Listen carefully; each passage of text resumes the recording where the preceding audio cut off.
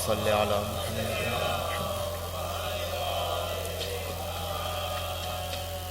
اعوذ باللہ السمیع العلیم من الشیطان اللعین الرجیم. بسم اللہ الرحمن الرحیم. الحمد للہ علی ما انعم وَلَهُ الشُّكْرُ عَلَى مَا أَلْهَمَ وَالثَّنَاءُ بِمَا قَدَّمَ مِنْ عُمُومِ نِعَمٍ ابْتَدَأَهَا وَالثُّبُوغِ عَلَى إِنْ أَسْدَاهَا وَتَمَامِ مِنَنٍ وَعَلَاهَا جَمَّ عَنِ الْإِحْصَاءِ عَدَدُهَا ونأ عن الجزاء يمدها وتفاوت عن الإدراك يبدها وندبهم لاستزادتها بالشكر لاتصالها واستحمد إلى الخلائق بإجزالها والثنى بالندب إلى أمثالها ثم الصلاة والسلام والتحية والإكرام على صاحب السكينة والمدفون بالمدینہ والمنصور المؤید ابی القاسم محمد.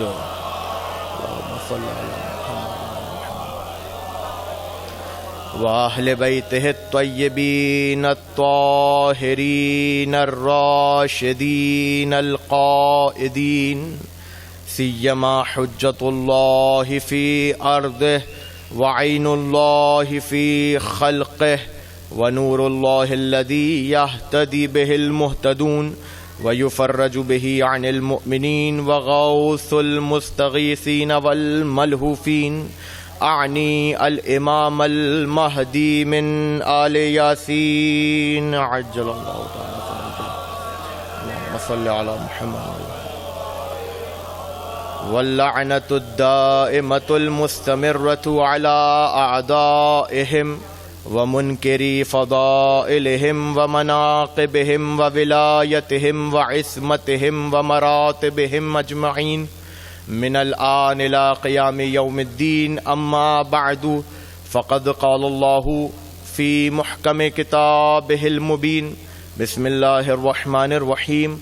إذ قال الله يا عيسى ابن مريم اذکر نعمتی علیک وعلی والدتک. صلوات پڑھیں محمد وعلی محمد. اللہم صلی علی محمد وعلی محمد.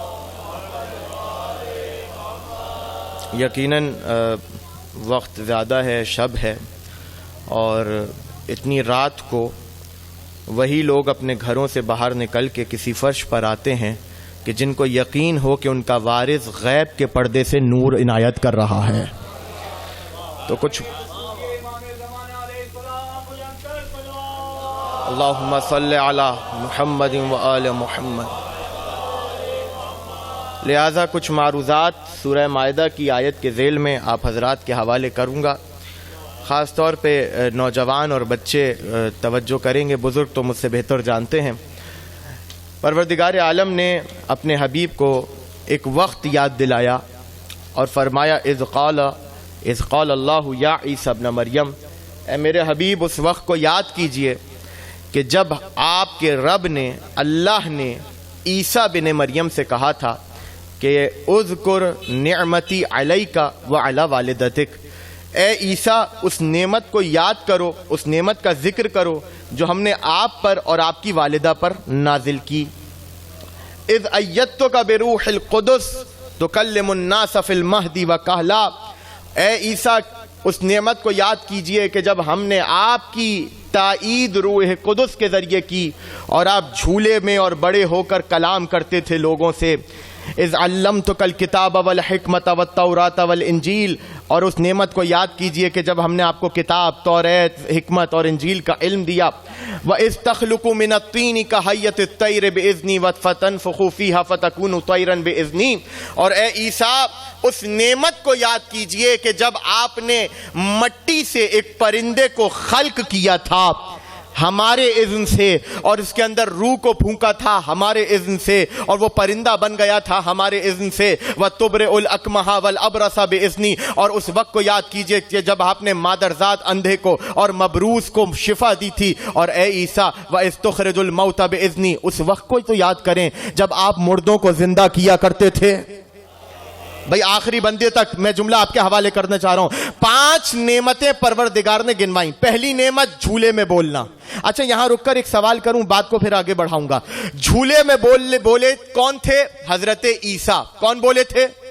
حضرت عیسیٰ. پروردگار نے کیا کہا؟ اذکر نعمتی علیک وعلی والدتک, اس نعمت کو یاد کریں جو ہم نے آپ پر اور آپ کی والدہ پر نازل کی تھی. تو ہاتھوں کو جوڑ کے کہوں پروردگار تو نے تو نعمت نازل کی تھی عیسیٰ کے لیے, یہ کیوں کہہ رہا ہے کہ مریم پر بھی نازل کی تھی؟ کہ بھول گئے وہ وقت کہ جناب مریم پر الزام لگایا جا رہا تھا تو ہم نے مریم سے کہا تھا کہ آپ خاموش رہیے گا, جھولے میں جو بچہ ہے وہ بولے گا. اگر معصومہ کی گواہی معصوم ہی سے دلوانی تھی تو پروردگار زکریا کو کیوں نہیں کہہ دیا؟ زکریا آ کر گواہی دے دیتے کہ نہیں اب سے قانون بنا رہا ہوں, اگر معصومہ کے حق میں کوئی معصوم بچہ بھی گواہی دے تو خبردار بچے کی گواہی کہہ کے رد مت کرنا. قانون بنا رہا ہوں, بچے کی گواہی کہہ کے رد مت کرنا. پہلی نعمت کہ ہم نے آپ کو گویائی دی, روح قدس کے ذریعے تائید کی, اور آپ بولے تھے جھولے میں, آپ بولے تھے جھولے میں. اس کے بعد دوسری نعمت کہ ہم نے آپ کو حکمت, کتاب, توریت اور انجیل کا علم دیا, ہم نے علم دیا, یہ دوسری نعمت. تیسری نعمت کہ آپ کو ہم نے یہ صلاحیت دی کہ مٹی سے پرندے کو خلق کریں. اب مجھے نہیں معلوم یہ جملہ آپ کیسے سنیں گے, آیت میں خلق کا لفظ ہے, بس جو کہنا تھا بین السطور میں تو کہہ گیا ہوں کہ جب آپ نے مٹی سے ایک پرندے کو خلق کیا تھا. اچھا خلق کر دیتے بعد میں روح اللہ پھونک دیتا؟ نہیں. فَتَنْفُخُ فِيهَا فَتَكُونُ طَيْرًا بِإِذْنِی, اور اے عیسیٰ روح بھی آپ نے پھونکی تھی ہمارے اذن سے. تیسرا معجزہ. چوتھا معجزہ وَتُبْرِئُ الْأَكْمَحَ وَالْأَبْرَصَ بِإِذْنِی, اور مادرزاد اندھے کو اور مبروس شدہ آدمی کو آپ شفا دیتے تھے. شفا دینا چوتھا معجزہ. پانچواں معجزہ وَإِذْ تُخْرِجُ الْمَوْتَ بِإِذْنِی, اور مردوں کو زندہ کیا کرتے تھے. پانچواں معجزہ. اب جملہ آپ کے حوالے کر رہا ہوں, دیکھتا ہوں کون اس پہر سننے بیٹھا ہے اور کون چہرہ دکھانے کے لیے آیا ہے. جملہ آپ کے حوالے کر رہا ہوں. پروردگار نے اپنی حجت کے 5 معجزے کہ جس معجزے میں خلق بھی ہے, جس معجزے میں زندہ کرنا بھی ہے, جس معجزے میں علم بھی ہے, جس معجزے میں بیمار کی شفا بھی ہے, پروردگار نے یہ تمام معجزے, پروردگار نے یہ تمام آخری بندے تک, پروردگار نے یہ تمام معجزے جس سورہ میں رکھے, اس سورہ کا نام ہے مائدہ. مائدہ سورہ کا نام ہے اور سورہ کا نمبر ہے 5, اور جس آیت میں ان معجزوں کا ذکر کیا وہ آیت ہے 110.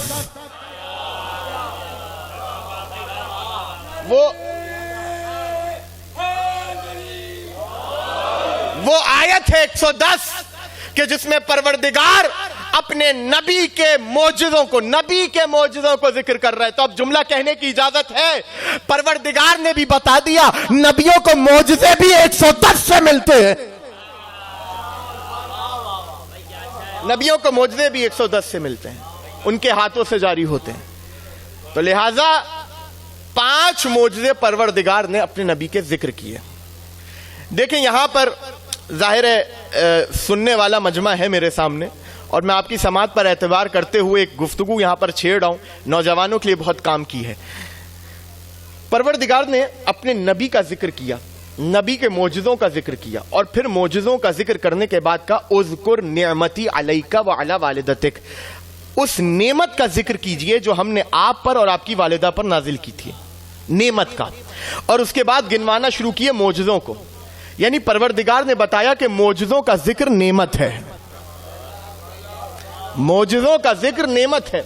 معجزے کے لیے 4 اہم چیزیں ہیں, اس کو محفوظ کیجئے گا اور پھر میں بات کو آگے بڑھاؤں گا. پہلی چیز کہ معجزہ اللہ کی طرف سے ہوتا ہے. دوسری چیز معجزہ خارق العادت ہوتا ہے، یعنی جو عادت سے ماورا ہو، جو روٹین سے بالکل برخلاف ہو، معجزہ ہے۔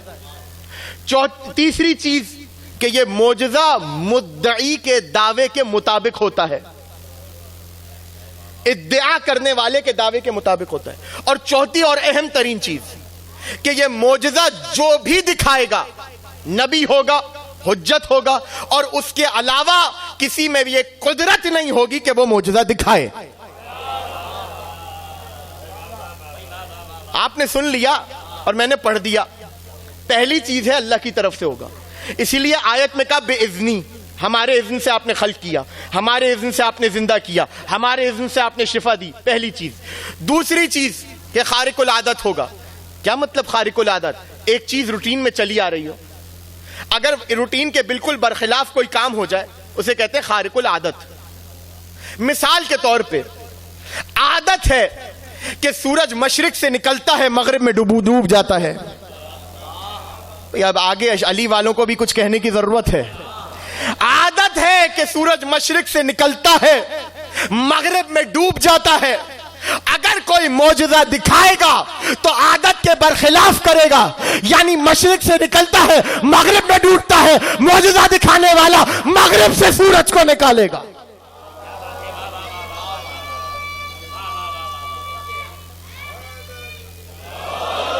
معجزہ دکھانے والا مغرب سے نکالے گا۔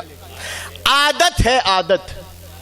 اب مجھے دیکھتا ہوں کون اس مجلس میں ابھی تک بیٹھا ہوا ہے روحانی طور پر۔ عادت ہے، عادت کہ انسان اپنی ماں کے شکم میں یا تو مرد ہوتا ہے یا عورت، اور جب دنیا میں آتا ہے یا تو مرد پیدا ہوتا ہے یا عورت۔ اگر کوئی معجزہ دکھاتا ہے تو عادت کے برخلاف کرے گا۔ انسان آتا ہے یا مرد یا عورت، معجزہ دکھانے والے کے اندر یہ اختیار ہے کہ وہ مرد کو عورت کر دے، عورت کو مرد کر دے۔ خارق العادت۔ تیسری چیز کہ یہ معجزہ مدعی کے دعوے کی دلیل ہے۔ مدعی نے دعویٰ کیا کہ وہ سورج کو پلٹائے گا، سورج نے پلٹ کے بتایا مدعی کا دعویٰ سچ تھا۔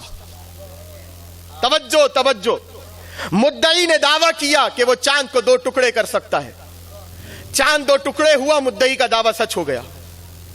توجہ، مدعی نے دعویٰ کیا، مسجد بھری ہوئی مسجد تھی، مدعی نے دعویٰ کیا کہ میں چاہوں تو مرد کو عورت کر دوں، عورت کو مرد کر دوں۔ معجزہ دلیل بن گیا کہ مدعی کا دعویٰ ٹھیک ہے۔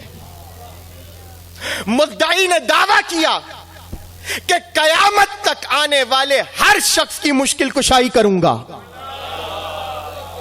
اب اگر علم سے کسی کی مشکل کشائی ہو رہی ہے، اس کا مطلب کہ مدعی کے دعوے کی دلیل ہو رہی ہے۔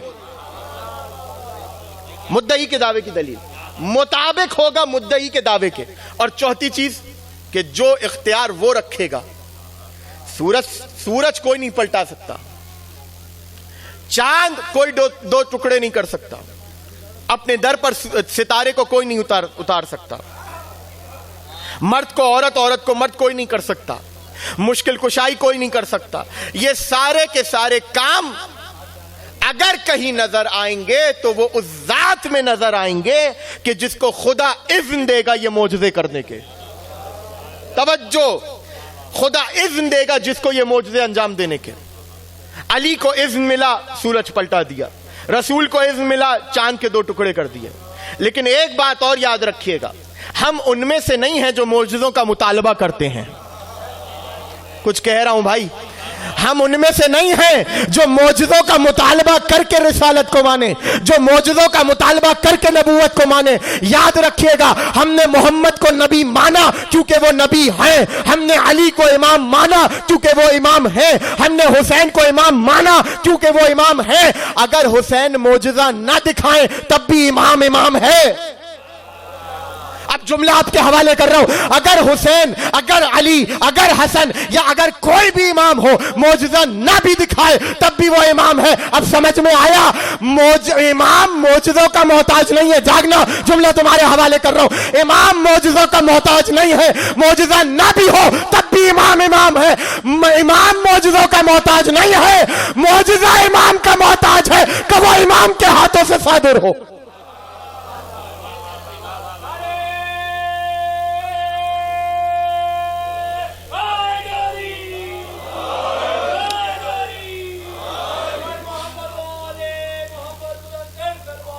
اللہم صلی علی محمد و آل محمد۔ معجزہ محتاج ہے، معجزہ کہ وہ امام کے ہاتھوں سے صادر ہو۔ امامت کو احتیاج نہیں ہے معجزوں کی۔ کوئی آ رہا ہے، یا علی بیٹے کو زندہ کر دیں، علی نہیں کر رہا ہے، مرضی علی کی، توجہ، مرضی علی کی۔ کوئی آ کے کہہ رہا ہے تنگ دست ہوں، مجھے کچھ عطا کر دیں، تو پتھر کو اگر سونا بنا دیں، مرضی علی کی، نہیں بنائے تو مرضی علی کی۔ امامت کو اس نہج پر آ کے مانے کہ آپ کو امامت کو ماننے کے لیے معجزے کی محتاجگی نہ ہو، ولی خدا کو اس نہج پر آ کے مانے۔ تو یہ معجزے کیوں ہیں بھائی؟ کیوں خدا نے کہا اذکر نعمتی علیک وعلی والدتک، ذکر کرو اس نعمت کا؟ معجزہ نعمت ہے، سورج کو پلٹانا نعمت، چاند کو 2 ٹکڑے کرنا نعمت، مرد کو عورت کرنا، عورت کو مرد کرنا نعمت، اینٹ کو سونا کرنا نعمت، ستون سے پانی نکلنا نعمت۔ یہ سارے معجزات وہ ہیں جو علی اور اولاد علی دکھا رہے ہیں، جو نبی اور اولاد نبی دکھا رہے ہیں۔ تو کیا ضرورت ہے ان کے بیان کی؟ کیوں پروردگار تو نے ذکر کیا عصائے موسیٰ کا؟ کیسے فرق ہوگا عصائے موسیٰ میں اور جادوگروں کے جادو میں؟ توجہ کیجئے گا بہت۔ موسیٰ نے عصا پھینکا تھا، جادوگروں نے رسیاں پھینکی تھی، وہ چھوٹے چھوٹے سانپ بن گئے، یہ عصا اژدہا بن گیا۔ کیا فرق ہے بھائی؟ بزرگ بیٹھے ہیں، ان سے دعا لوں گا، نوجوانوں سے بات کر رہا ہوں، کیا فرق ہے دونوں باتوں میں؟ موسیٰ نے اژدہا بنا دیا اور انہوں نے چھوٹے چھوٹے سانپ، یہ فرق ہے؟ معذرت کے ساتھ یہ فرق نہیں ہے۔ آپ نے کیسے کہہ دیا جو جادوگروں نے دکھایا تھا وہ معجزہ نہیں تھا، اور جو موسیٰ نے دکھایا وہ جادو نہیں تھا؟ یہ کیسے کہہ دیا؟ آپ نے کیسے فرق کیا؟ کیا فرق ہم نے نہیں کیا، فرق کیا جادوگروں نے۔ دیکھیں کوئی بھی بندہ فیلڈ کا ہو اور اس کے سامنے اس کی فیلڈ سے متعلق کوئی چیز آئے تو فوراً پہچان لے گا، لیکن فیلڈ سے ہٹ کر کوئی چیز آئے تو وہ کہے گا اس کا تعلق مجھ سے نہیں ہے۔ مثال کے طور پہ میری فیلڈ ہے ممبر، آپ میرے سامنے علی کا ذکر لائیں، میں کہوں گا اس کا تعلق ممبر سے۔ آپ میرے سامنے بیدار ہوئیے گا، جملہ آپ کے حوالے کر رہا ہوں کلیہ، آپ میرے سامنے امام حسن علیہ السلام کا ذکر لائیں، میں کہوں گا اس کا تعلق ممبر سے۔ آپ میرے سامنے مقتل لے کر آئے، میں کہوں گا اس کا تعلق ممبر سے۔ آپ میرے سامنے علم کلام کی کوئی بحث لے کر آئے، میں کہوں گا اس کا تعلق ممبر سے۔ آپ میرے سامنے معجزہ لے کر آئے، میں کہوں اس کا تعلق ممبر سے۔ آپ میرے سامنے حدیث لے کر آئے، میں کہوں گا اس کا تعلق ممبر۔ لیکن جیسے ہی آپ کسی غیر معصوم کا ذکر لائیں گے میں فوراً کہوں گا اس کا تعلق مجھ سے نہیں ہے۔ لہذا جو فیلڈ ہوتی ہے، فیلڈ کا آدمی جان لیتا ہے کس کا تعلق میں اس کی فیلڈ سے ہے یا نہیں ہے۔ جناب موسیٰ نے جب اژدہا بنایا تھا عصا کو، اس وقت کوئی تو یہ کہتا کہ یہ جادو ہے، جادوگروں کا سجدے میں جانا بتا رہا ہے، جو انہوں نے کیا تھا وہ جادو تھا، جو موسیٰ نے کیا وہ معجزہ ہے۔ جو موسیٰ نے کیا وہ معجزہ ہے، جو انہوں نے کیا وہ جادو ہے۔ لہذا قرآن میں جا بجا معجزوں کا ذکر موجود ہے، انبیاء کے معجزے، اور یہ تمام کے تمام معجزے، ان تمام معجزوں کی بازگشت ہے اللہ کی طرف۔ اللہ کے اذن سے یہ معجزے ہو رہے ہیں، اللہ کے اذن سے مردے جلائے جا رہے ہیں، اللہ کے اذن سے پرندہ خلق ہو رہا ہے۔ تو کیوں پھر حجت تو محتاج نہیں ہے معجزوں کی، امام محتاج نہیں ہے، نبی محتاج نہیں ہے، تو کیوں یہ معجزے دیے؟ کہ اس لیے دیے تاکہ انسانوں کی عقل کو جھنجھوڑا جائے۔ جس دور میں بھی، توجہ، جس دور میں بھی انسان اپنی عقل کو لے کے مغرور ہوا، عقل کو لے کر پروردگار نے معجزہ دکھایا۔ حضرت عیسیٰ کے دور میں لوگ طب پہ بڑا بھروسہ کر رہے تھے اور کہہ رہے تھے ہر مسئلہ طب سے حل ہو سکتا ہے، لیکن جب مبروس آیا تو اب علاج نہیں تھا، عیسیٰ نے ہاتھ پھیرا، شفا یاب ہو گئے۔ بڑی سے بڑی بیماری کا علاج نکل رہا تھا، لیکن سب نے کہا کہ موت کا علاج نہیں ہے، انسان مر گیا تو مر گیا۔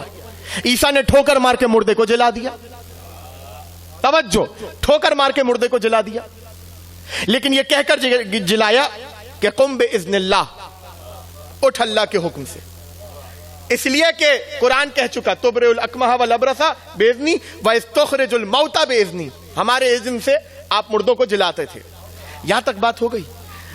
امیر المومنین علی ابن ابی طالب علیہ الصلوۃ والسلام، اللہم صلی علی محمد و آل محمد، امیر المومنین نے جب مردہ جلایا تو دو روایتیں ہیں، یا تو یہ کہا کہ قم باذن اللہ، یا یہ کہا کہ قم باذنی، اٹھ اللہ کے حکم سے یا اٹھ میرے حکم سے۔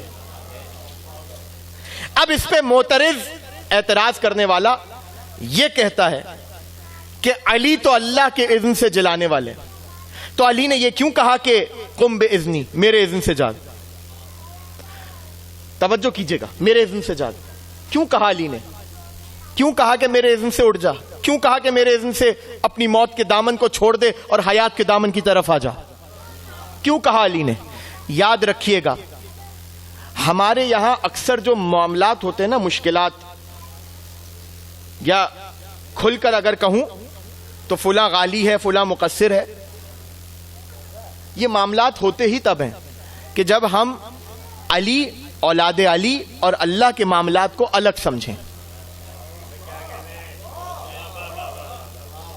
توجہ کیجئے گا بہت، جہاں ہم نے یہ سمجھا کہ علی کی محبت اور ہے، اللہ کی اور ہے، وہاں علی کی محبت غلو لگے گی۔ جہاں ہم نے یہ جانا کہ علی کی دشمنی اللہ کی دشمنی نہیں ہے، وہاں علی کی دشمنی غلو لگے گی، اور اس کے متعلق حدیث ہے۔ جہاں ہم نے یہ جانا کہ علی کا اختیار اور ہے اور اللہ کا اور ہے، وہاں علی معمولی سا بھی معجزہ دکھائیں تو وہ غلو نظر آئے گا۔ یاد رکھیے گا، علی ہو یا اولاد علی ہو، کوئی بھی معجزہ دکھاتے ہیں اذن الہی سے دکھاتے ہیں، جس طرح عیسیٰ اذن الہی سے دکھاتے ہیں۔ اب اگر علی یہ کہیں کہ میں رزق بانٹنے والا ہوں تو پریشانی کیا ہے؟ اللہ کے اذن سے بانٹ رہے ہیں۔ اگر علی کہے میں مردوں کو زندہ کرنے والا ہوں تو پریشانی کیا ہے؟ اللہ کے اذن سے کر رہے ہیں۔ مجھے حیرت اس بات پر ہے کہ اعتراض کرنے والا بھی عجیب اعتراض کرتا ہے، علی نے معجزہ کیوں دکھایا؟ اگر تھوڑا سا میرا ساتھ دیں تو ایک مشکل بات سے ایک آسان بات کو حل کرتا چلوں۔ اسی طرح کا سوال کیا جاتا ہے علم کلام میں، اگر کوئی کہتا ہے کہ خدا نے ہمیں خلق کیوں کیا؟ سوال ہے نا، خدا کو کیا احتیاج کہ وہ ہمیں خلق کرے؟ توجہ کیجئے گا بہت، کیا جواب ہے اس کا؟ خدا نے ہمیں خلق کیوں کیا؟ اس کا جواب یہ ہے کہ یہ سوال ہی غلط ہے، کیونکہ بات عادت کے حوالے سے ہو رہی ہے، روٹین، تو سنتے چلیے۔ سوال وہاں ہوتا ہے کہ جہاں پر کوئی چیز روٹین کے خلاف ہو، عادت کے خلاف ہو۔ مثلا میں کسی کو وقت دوں 8 بجے کا اور وہ 8:30 بجے آئے تو میں پوچھوں گا کہ بھائی لیٹ کیوں آئے، لیکن اگر وہ 8 بجے آ جائے تو میں پوچھوں گا کہ کیوں آئے وہ 8 بجے۔ سوال بنتا ہے یہاں پر، مل کے میرے ساتھ رہیے گا تاکہ مرحلہ حل کرتا ہوا آگے بڑھوں۔ نہیں کروں گا سوال۔ مثال کے طور پہ ایک شاعر ہے، اس نے شعر لکھا، میں پوچھوں گا اس نے شعر کیوں لکھا۔ مثال کے طور پہ اطہر صاحب یہاں تشریف فرمائے، ناظم محفل ہے، ناظم مجلس ہے، یہ نظامت کر رہے ہیں، میں پوچھوں گا نظامت کیوں کر رہے ہیں؟ بھائی ناظم ہے تو نظامت کریں گے۔ تو سوال وہاں ہوگا، مثال کے طور پر اطہر صاحب بیٹھے رہے، پوری مجلس ہو جائے، نظامت نہ کرے، ان کو بلایا گیا ہو نظامت کے لیے، تو میں ان سے پوچھوں گا بھائی آپ نے نظامت کیوں نہیں کی؟ توجہ، آپ نے نظامت کیوں نہیں کی؟ کیوں؟ کیونکہ ایک چیز تھی عادت میں، روٹین میں، جب اس کے خلاف کچھ ہوا تو سوال ہوا کہ یہ ایسا کیوں ہوا۔ خدا ہے خالق، اس پر سوال نہیں ہوگا کہ اس نے خلق کیوں کیا۔ اگر وہ خلق نہ کرے تو سوال ہوگا کہ خلق کیوں نہیں کیا۔ بات پہنچ گئی، اب جملہ آپ کے حوالے کرنے جا رہا ہوں۔ اللہ ہے خالق، اگر وہ خلق کرے تو سوال نہیں ہوگا کہ اس نے خلق کیوں کیا، نہ کرے تو سوال ہوگا کہ خلق کیوں نہیں کیا۔ اب جملہ آپ کے حوالے کر رہا ہوں، تو یہ پوچھنے والا کہ علی نے معجزہ کیوں دکھایا، یہ سوال بنتا ہی نہیں ہے۔ اب جملہ آپ کے حوالے کر رہا ہوں، علی نے معجزہ کیوں دکھایا؟ یہ سوال بنتا ہی نہیں ہے۔ جس کی ذات معجز نما ہو، اگر وہ معجزہ نہ دکھاتے تو سوال بنتا کہ معجزہ کیوں نہیں دکھایا؟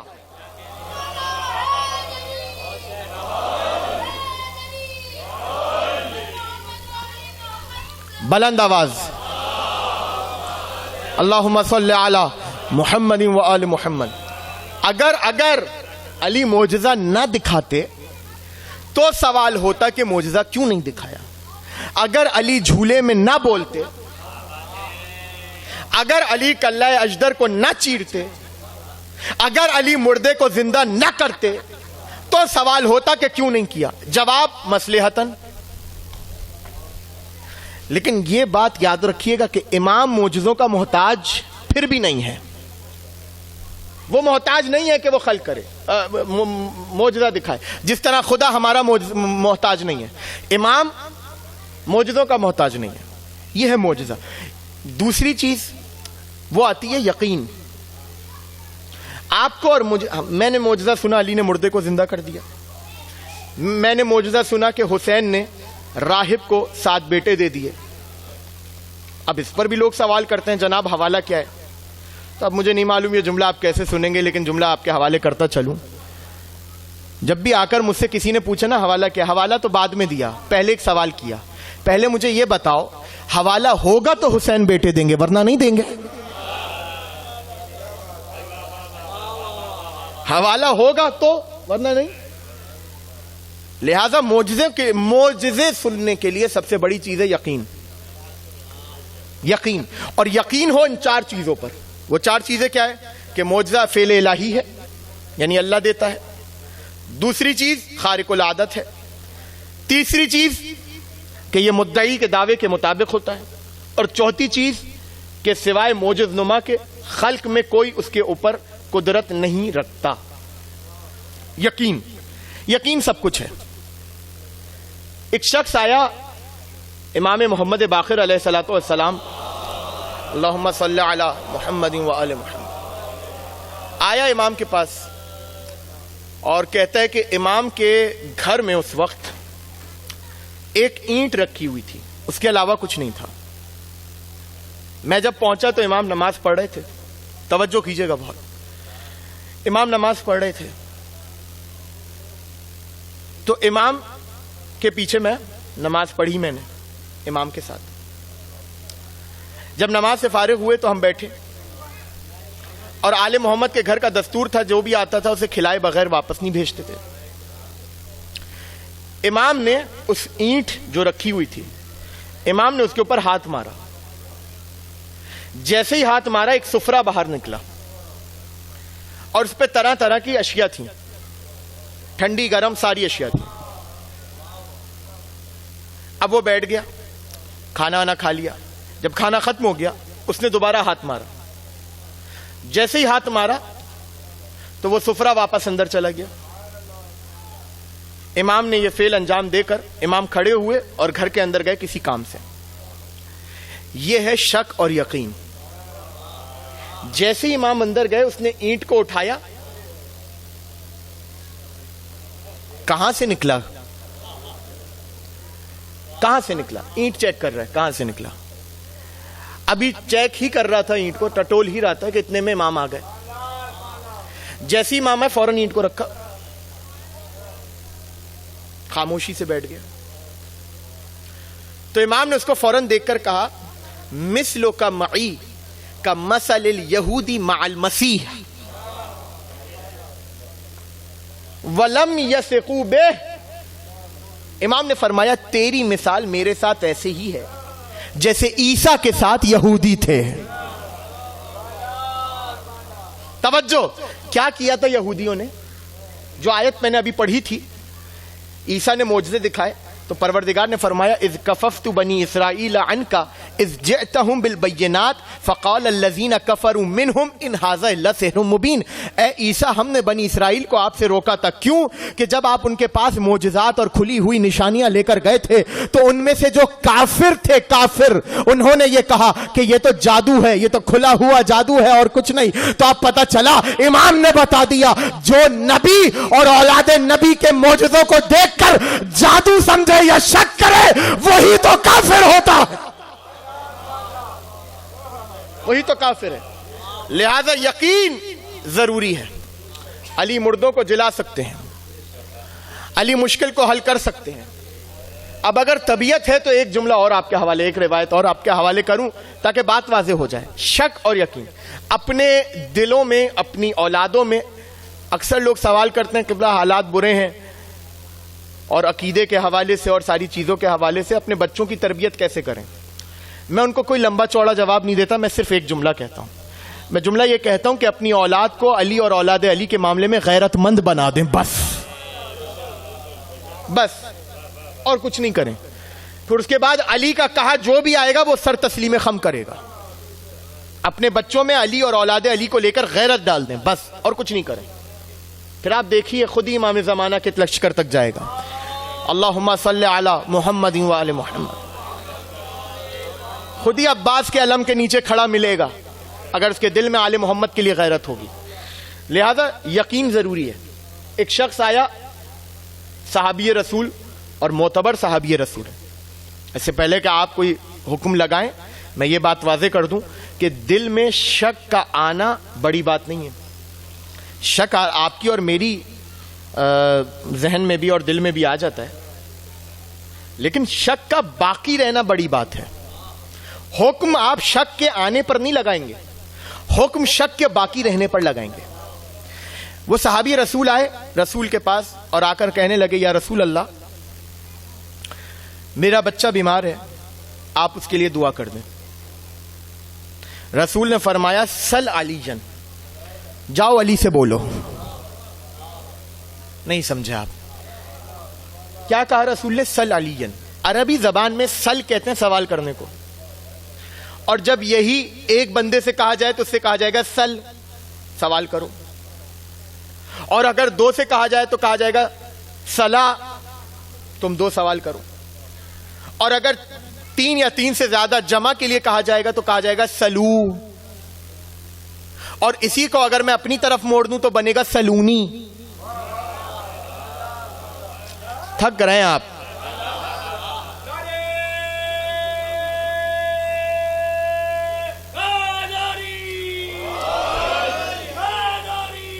یا علی اللہم صلی علی محمد و آل محمد. آیا تھا وہ بچے کا سوال لے کر, میرا بچہ بیمار ہے دعا کر دیجئے. رسول نے کہا سل علی, علی سے سوال کرو. یعنی اس کا مطلب یہ ہوا کہ سوال کرنے کا مطلب ہمیشہ یہ نہیں ہوتا کہ سوال علمی ہی کیا جائے, جس کی جیسی ضرورت ہوگی ویسا سوال کرے گا. اب سمجھ میں آیا علی نے کیا کہا تھا؟ سلونی سلونی قبل ان تفقدونی, مجھ سے سوال کرو. یہ نہیں کہا تھا کہ صرف علمی سوال کرو, تمہاری جیسی ضرورت ہو جاؤ علی سے سوال کرو. اور یہ درس کس نے دیا؟ نبی نے اپنی زندگی میں. سل علی جن, جاؤ علی سے سوال کرو. یہ ایک موقع تھا کہ جب نبی نے کہا سل علی جن. آیا ہے وہ دعا کروانے نبی سے, نبی کہہ رہے ہیں علی کے پاس جاؤ. ایک واقعہ اور یاد دلا دوں, تفصیل میں نہیں جاؤں گا, بس یاد دلا رہا ہوں آپ کو کہ جب نبی کے پاس کوئی آیا نبی سے سوال لے کر, نبی کے بارگاہ میں سوال لے کر, نبی نے پلٹایا کسی اور کی طرف. ایک دفعہ علی کی طرف, دوسری مرتبہ جب ایک فرشتہ آیا تھا اور اس نے کہا تھا یا رسول اللہ میرے بالوں پر جل گئے ہیں, آپ دعا کریں, تو نبی نے کہا تھا جاؤ حسین سے سوال کرو. اب جملہ آپ کے حوالے کر رہا ہوں, جاؤ حسین سے سوال کرو. تو رسول نے تو اپنی زندگی میں بتا دیا, جب بھی کوئی سوال لے کر آیا یا تو علی کی طرف بھیجا یا حسن کی طرف بھیجا یا حسین کی طرف بھیجا. یعنی رسول نے بتا دیا اگر میرے بعد تمہاری مشکل کوئی حل کر سکتا ہے یا تو وہ علی ہے یا ان کی اولاد ہے.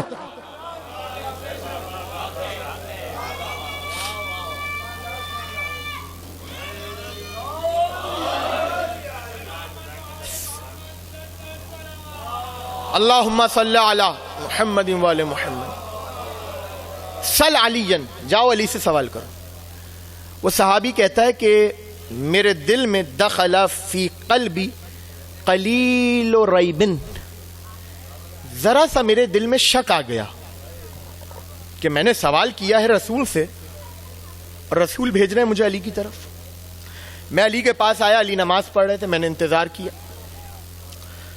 حکم رسول تھا اور علی کے پاس آنا تھا، تو علی نماز پڑھ رہے تھے، میں نے انتظار کیا نماز ختم ہو جائے. جب نماز ختم ہو گئی تو میں نے علی کے سامنے اپنا مدعا رکھ دیا، یا علی یہ بات ہے. علی نے میرا ہاتھ پکڑا، کچھ کہا نہیں. وادی النخلا میں گئے، درختوں کی وادی میں. ایک درخت کے سامنے کھڑے ہوئے اور درخت سے کہنے لگے من انا، بتا میں کون ہوں. جب علی، اب جملہ آپ کے حوالے کروں، دیکھیں ہم سے اور آپ سے علی اگر پوچھیں کہ میں کون ہوں تو ہم تو بول دیں گے، لیکن ایک ایسی شے کہ جس میں بولنے کی قوت ہی نہیں ہے،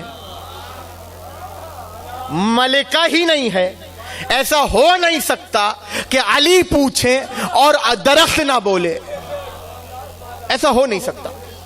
علی نے پوچھا من انا، کون ہوں میں؟ تو درخت کہنے لگا انت امیر المؤمنین وانت حجت العظما وانت الآیت الکبریٰ. آؤں گا میں اس جملے کی طرف. جیسے یہ سنا تو وہ صحابی کہتا ہے کہ میرا شک یقین میں تبدیل ہو گیا. علی نے میری طرف اشارہ کر کے کہا اب تجھے یقین ہو گیا، تیرے دل سے شک دور ہو گیا.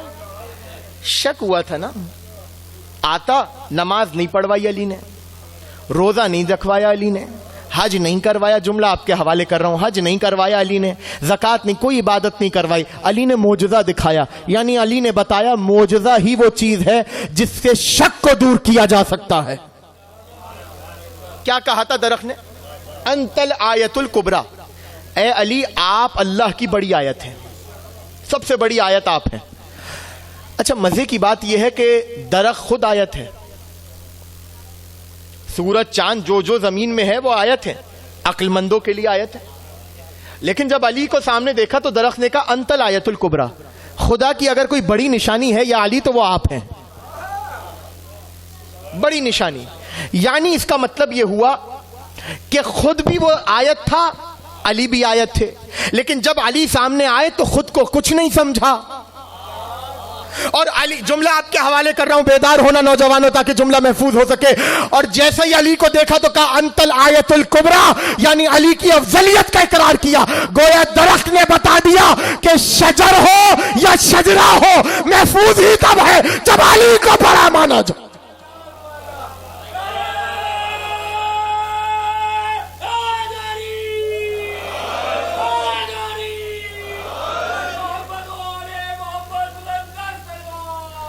اللہم صلی علی محمد و آل محمد. لہذا معجزوں کو لے کر اپنے دلوں میں اور اپنے بچوں کے دلوں میں یقین کے مادے کو پیدا کریں، شک نہیں، یقین. اور یقین اس منزل پر ہو کہ وہ کر سکتے ہیں اور وہ کریں گے. توجہ کیجئے گا، وہ کر سکتے ہیں اور وہ کریں گے. ان دونوں باتوں میں بہت فرق ہے. کر سکتے ہیں یہ تسلیم ہے، کریں گے یہ یقین ہے. علی میری مشکل کو حل کر سکتے ہیں یہ تسلیم ہے، اور علی میری مشکل کو حل کریں گے یہ یقین ہے. اب جملہ آپ کے حوالے کر رہا ہوں، ہمیں تسلیم پر رکنا نہیں ہے، ہمیں تسلیم سے یقین تک جانا ہے. تو اپنے بچوں کے اندر یہ مادہ پیدا کریں کہ علی کر سکتے ہیں نہیں بیٹا، علی کریں گے. امام زمانہ تمہاری مشکل حل کریں گے، یہ یقین ہے. اور یقین کے بعد پھر پریشان نہیں ہوتا انسان، یقین کے بعد پھر اس بارے میں سوچتا نہیں ہے. لہذا سمیٹ رہا ہوں گفتگو کو ایک حدیث امام جعفر صادق علیہ الصلاۃ والسلام. اللہم صلی علی محمد و آل محمد. ایک شخص آیا، معروضات بہت ہیں اس منزل پر، لیکن ظاہر ہے میں وقت کو بھی دیکھ رہا ہوں اور آپ لوگوں کے چہرے کو بھی دیکھ رہا ہوں. آپ لوگوں کا شکر گزار ہوں کہ آپ نے اس وقت میں بھی مجھے سنا. بہت بڑی بات ہے. آپ مجھے جانتے ہیں کیوں سن رہے ہیں؟ اگر میں یہاں بیٹھ کر اپنی یا کسی اور کی باتیں کرتا رہتا تو 5 منٹ بعد آپ اٹھ کے جانا شروع کر دیتے. اطہر صاحب بھی نظامت کے فرائض سے دستبردار ہو کے بولتے کہ بھائی یہ کسی اور. آپ مجھے سن رہے ہیں اس لیے کیونکہ میں آپ کے اور میرے مولا کی بات کر رہا ہوں. اللہم صلی علی محمد و آل محمد. ایک باواز بلند درود پڑھیں ذرا محمد و آل محمد پر.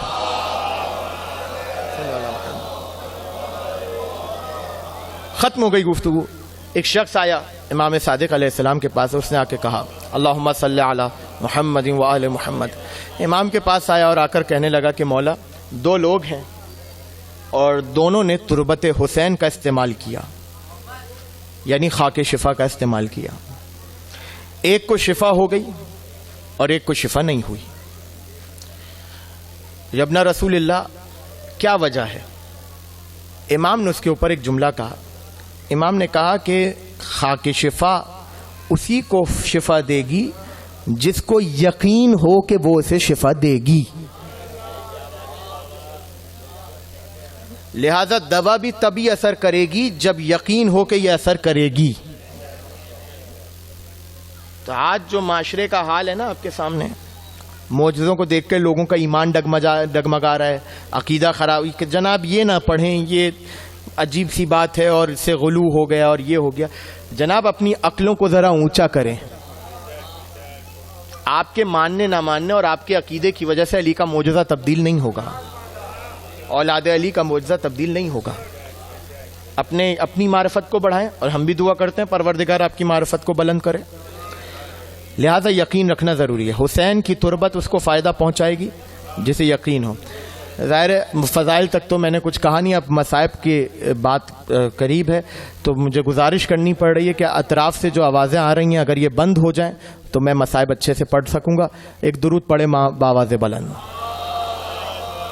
اللہم صلی علی محمد. تو یہ ماتم, یہ عزاداری, اس پہ ہمارا یقین ہے, ہمارا شک نہیں ہے. ہم اس فرش عزا پر آتے ہی اس لیے ہیں بھائی کہ ہم اپنے دلوں سے شک کو دور کریں, یقین کو داخل کریں. حسین کے لیے سینہ کو بھی کرنا, حسین کے لیے پرسہ دینا کسی بھی طرح کا, حسین کے لیے رونا, آنسو بہانا, ہمارا یقین ہے. ہمارا یقین ہے کہ جیسے ہی فرش عزا بچھتا ہے حسین کی ماں فاطمہ اس فرش پر آ جاتی ہیں. ہمارا یقین ہے کہ جیسے ہی فرش عزا بچھتا ہے علی اپنے لال کا پرسہ لینے کے لیے آ جاتے ہیں. ہمیں یقین ہے کہ جیسے ہی فرش عزا بچھتا ہے ہمارے وقت کا امام اس فرش پر آ جاتا ہے اپنے جد کا پرسہ لینے کے لیے. اور یہ ہستیاں اکیلے نہیں آتی ہیں عزاداروں. ہاں بچپن سے سنتے آئے ہو, اس میں شک کوئی نہیں ہے کہ یہ ہستیاں اکیلی نہیں آتی, بلکہ شام سے ایک بی بی آتی ہے اور اکیلے نہیں آتی عزاداروں, اپنے ساتھ ایک چھوٹی سی بچی کو بھی لے کر آتی ہے.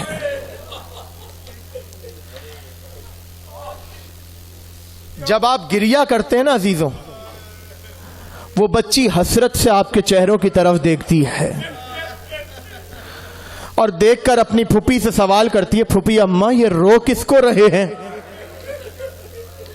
تو زینب جواب دیتی ہیں, میری بیٹی یہ تیرے بابا حسین کا ماتم کر رہے ہیں. جملہ آپ کے حوالے کروں عزیزوں, جیسے ہی چھوٹی بچی یہ سنتی ہے دونوں ہاتھ اپنے چہرے پر رکھ کے کہتی ہے, پھوپھی اماں ان کو کوئی تماچے تو نہیں مارتا؟ اجرکم علی اللہ, اجرکم علی صاحب الزمان. آپ کی آوازیں بلند ہو رہی ہیں, آپ آمادہ ہو رہے ہیں اس مقتل کو سننے کے لیے, ان مطالب کو سننے کے لیے کہ جس پر سید سجاد نے 40 سال خون کے آنسو بہائے. اجرکم علی اللہ. آج 29 محرم کا دن گزر گیا. عزادارو پہلی سفر اگر چاند نہ ہوتا، اگر چاند ہو جاتا تو پہلی سفر تھی. یہ وہ تاریخ ہے کہ جس تاریخ میں اہل بیت کا قافلہ داخل شام ہو رہا تھا. روایت سنیے گا، عجیب و غریب روایت ہے. مجھے ان سے اس روایت سے اگر سمجھ میں آ جائے نا عزیزوں، سال بھر رونے کے لیے کافی ہے. ایک ایک لفظ پہ توجہ کر کے روئیے گا اس روایت پر. سہل ابن سعد رسول خدا کے جلیل القدر صحابی، ان سے روایت ہے کہ میں مدینے سے زیارت کر کے بیت المقدس کا قصد کرتا تھا. میرا گزر اس دن شام سے ہوا تھا. جیسے ہی میں شام میں پہنچا، اگر برداشت کر سکو نا عزیزوں تو سنتے رہنا جملے کو. جیسے ہی میں شام پہنچا، میں نے دیکھا چاروں طرف شادیانے بج رہے ہیں.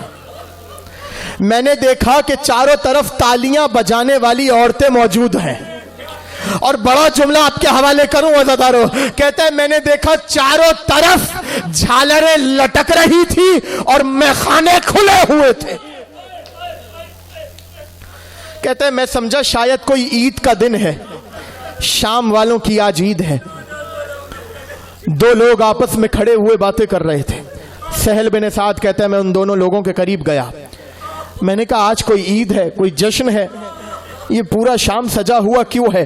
تو دونوں نے ایک دوسرے کی طرف دیکھا اور دیکھ کر سہل بن سعد کو دیکھ کر کہنے لگے لگتا ہے تم شام کے نہیں ہو.